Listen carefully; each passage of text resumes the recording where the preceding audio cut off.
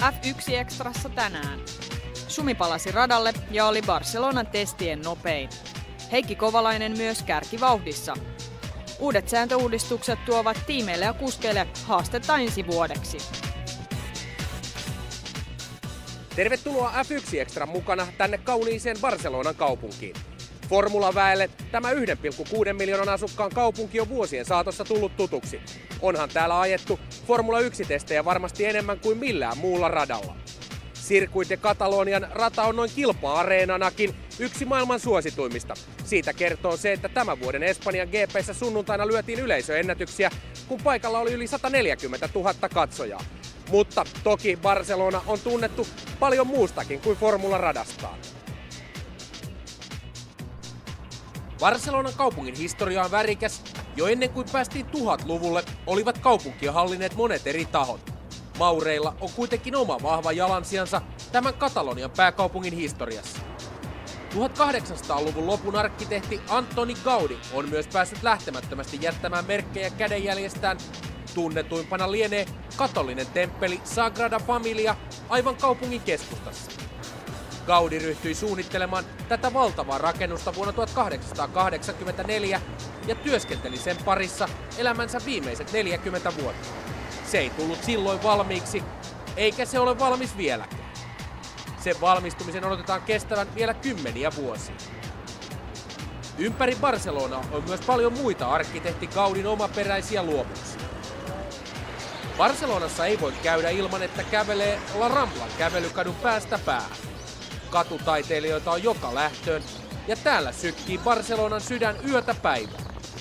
Ramblalta onkin helppo siirtyä rantakadulle ihailemaan vaikkapa huvivenesatamaa. Vuoden 1992 olympialaisten jälkeen Barcelonan turismi on kasvanut räjähdysmäisesti ja tämä onkin kiistatta Espanjan kiehtovin kaupunkikohde, vaikkapa viikonloppumatkaa ajatellen, jonka toki voi ajoittaa ensi vuonna huhtikuun viimeiseen viikonloppuun. Silloin Barcelonassa ajetaan kauden 2008 ensimmäinen Formula 1 Euroopan kilpailu.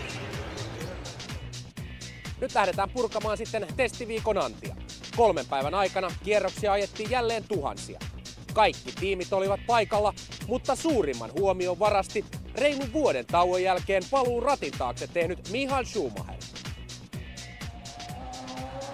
Kaikilla talleilla oli sääntöjen sallimasta 30 000 testikilometristä sen verran paljon ajamatta, että näissä Barcelonan ja joulukuun alun Jerezin testeissä tallit saavat jälleen käyttää 2 autoa.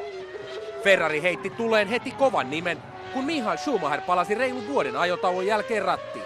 Monien yllätykseksi 2 ensimmäistä päivää sujuikin Schumin tahdittamina, vaikka mies itse vähättelikin kärkiaikoja.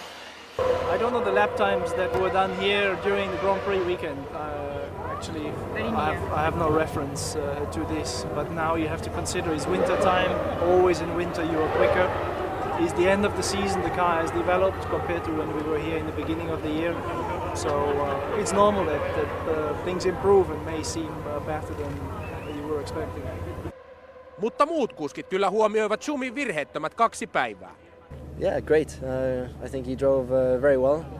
But saying that, I mean, I don't think he's lost his talent. So it takes a few laps probably to get back into it. But then once you're in, it's okay. And he showed that he still got what it takes. So that's fantastic. Tietenkin, että se tuntuma löytyi noin äkkiä, että ei sillä eilen monta kerrosta mennyt siihen, että se oli heti listan kädessä siellä ja ajoi kovia aikoja. Tietenkin se osoittaa, että kunto on vielä kova ja on niinku varmaan rautainen mentaliteettikin vielä. Että ei sitten tiedä, jos se innostuu oikein, niin se on vielä ensi vuonna viivalla. Että siellä on vielä muutama paikka avoinna.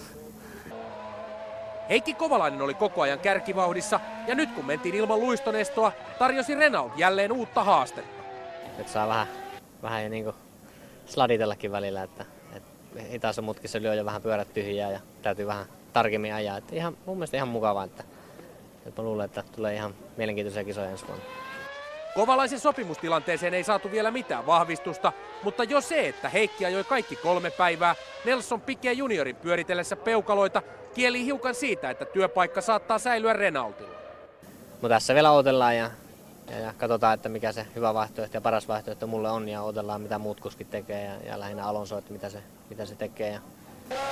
Nico Rosberg totutteli pari ensimmäistä päivää uuteen ajotyyliin Mutta viimeisenä päivänä alkoi vauhtiakin löytyä ja myös Niko tuntui olevan tyytyväinen uuden tyyppiseen F1-autoon. I'm pretty happy. I mean, it's nice to be back in the car and everything, especially without traction control. It's really a lot of fun to drive the car, so that's nice. Even if it makes it a bit difficult, more difficult. But we've been working a lot on that side to make it more easy to get out of the corners better and things like that. And that's it. We've done some big setup changes already now, and we've learned some big things today even. So it's very interesting. Kaikki 11 tallia oli paikalla, osa ajatti kahta ja osa yhtä autoa. Eivätkä kaikki suinkaan hakeneet samoja asioita. There are different goals here on a test like this. In our case, we have the two drivers fixed. We know our program for next year. So we are very much into a program to develop the car. Not so much about lap times. We need informations, as many laps as possible, so that the engineers go back home, we see the information and try to improve the car to the next test. But obviously when you look to some other teams, they are evaluating drivers, so there's a different goal. They try to go as quick as possible. Yksi ensi kauden uusista tulokkaista on kolminkertainen Champ Car-sarjan mestari Toro Rosso Tallinn Sebastian Bourdais, joka silmin nähden nautti kaikista 3 päivästä. It's a little bit of a challenge. We need to adjust the car because obviously that car was designed for everything that was going with it, between the engine braking, the traction control, and all the assistance. But these days there's nothing anymore, so it's more on the driver, and I'm having a great time. Entinen Spiker, nykyinen Force India-talli marssitti Barcelonaan 3 päivän aikana peräti 7 eri kuljettajaa. Uuden värityksen saaneissa autoissa riitti siis vilskettä. Ferrari, McLaren, Renault, BMW, Sauber, Williams ja Red Bull olivat tasaisesti joukon kärkipaikoilla koko 3 päivän ajan. Eli sillä rintamalla ei ainakaan toistaiseksi ole muutoksia nähtävissä.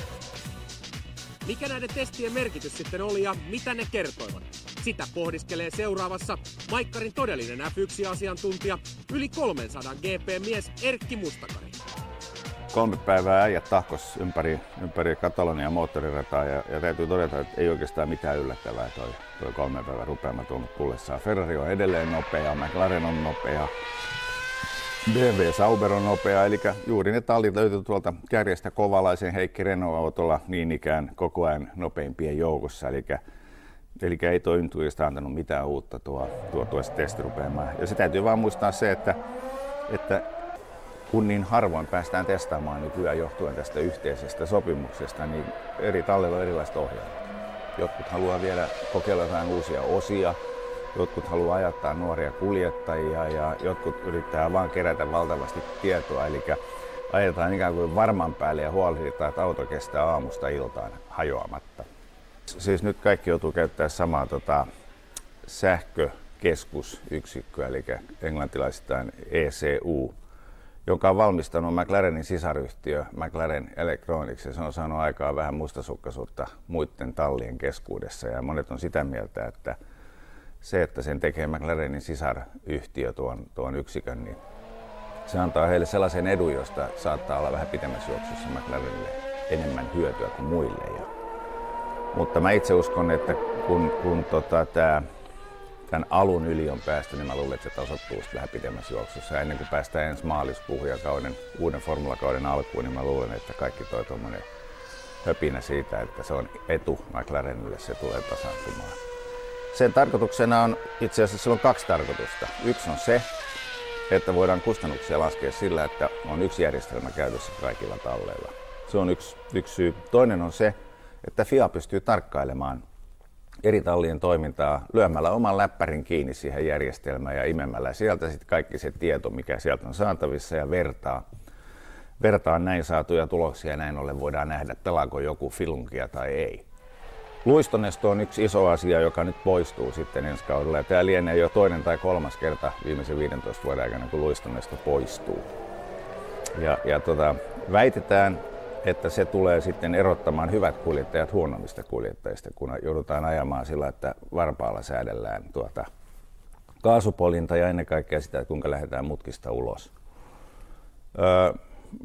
Mä uskon, että se on totta, että hyvät kuljettajat erottuu huonoista, ja ne, joilla on kokemusta ajaa autolla, jossa ei ole luistonestoa, niin niillä on etupuolellaan. Sanotaan, että se sukupolvi, kun tulee GB2 ykkösiin, niin niillä on se etupuolellaan. Ne on ajanut slikseillä, josta on hyvä mekaaninen pito.